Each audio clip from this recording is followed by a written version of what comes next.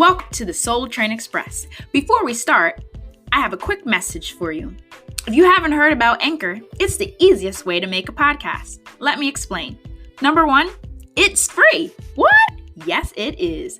Number 2, there's creation tools that allow you to record and edit your podcast right from your phone. Yes. Number 3, Anchor will distribute your podcast for you, so it can be heard on Spotify, Google Podcasts, Apple Podcasts, and many more. And you can make money from your podcast. What? Yes, you can. It's everything you need to make a podcast in one place. So download the free Anchor app or go to anchor.fm to get started. All right, y'all. Now it's time to get some daily encouragement from the Soul Train Express. Welcome to the Soul Train Express. I'm Chelsea J, and this train inspires, encourages, and rebuilds. If our podcast brings you value, please share and subscribe so others can be encouraged too.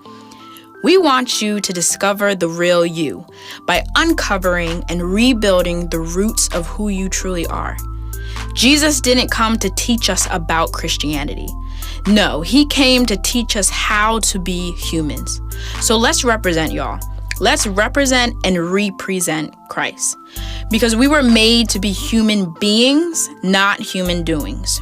We were created with a purpose.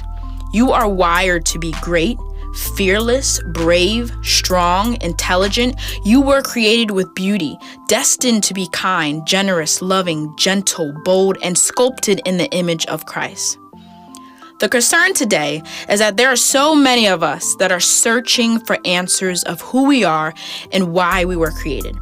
Sometimes we try so hard to be all things to all people that we lose ourselves. So, who are you?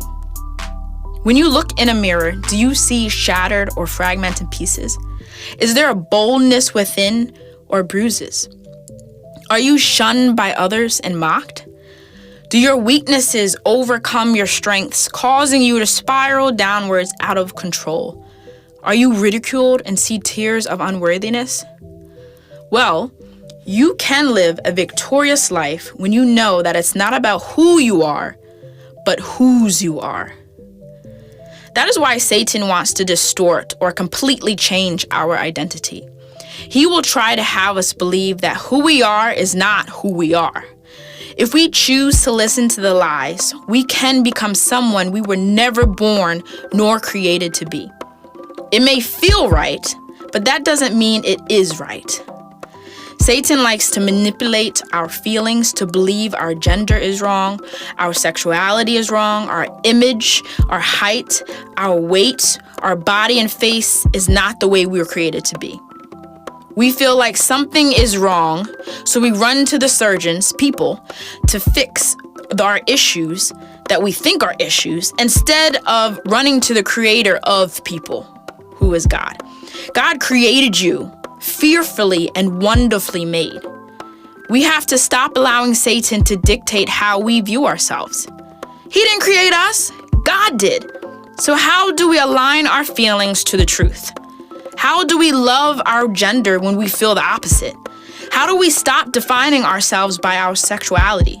How do we live loved and confident in who God created us to be? Well, we got to start with the basics. We have to stop feeling compelled to act the part of what people expect of us, rather than being our authentic selves. God has given each of us a temperament of a combination of inborn traits that makes each person unique. We are wired by God for a purpose.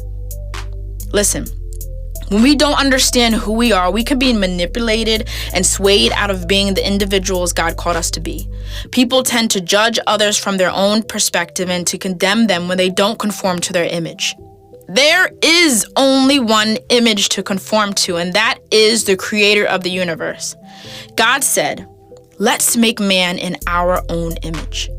He made us unique, different, and has given each of us a temperament so we can accomplish who we are and why we are here.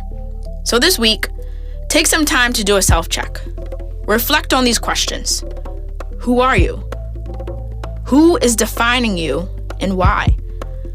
What areas are you changing yourself into? And why?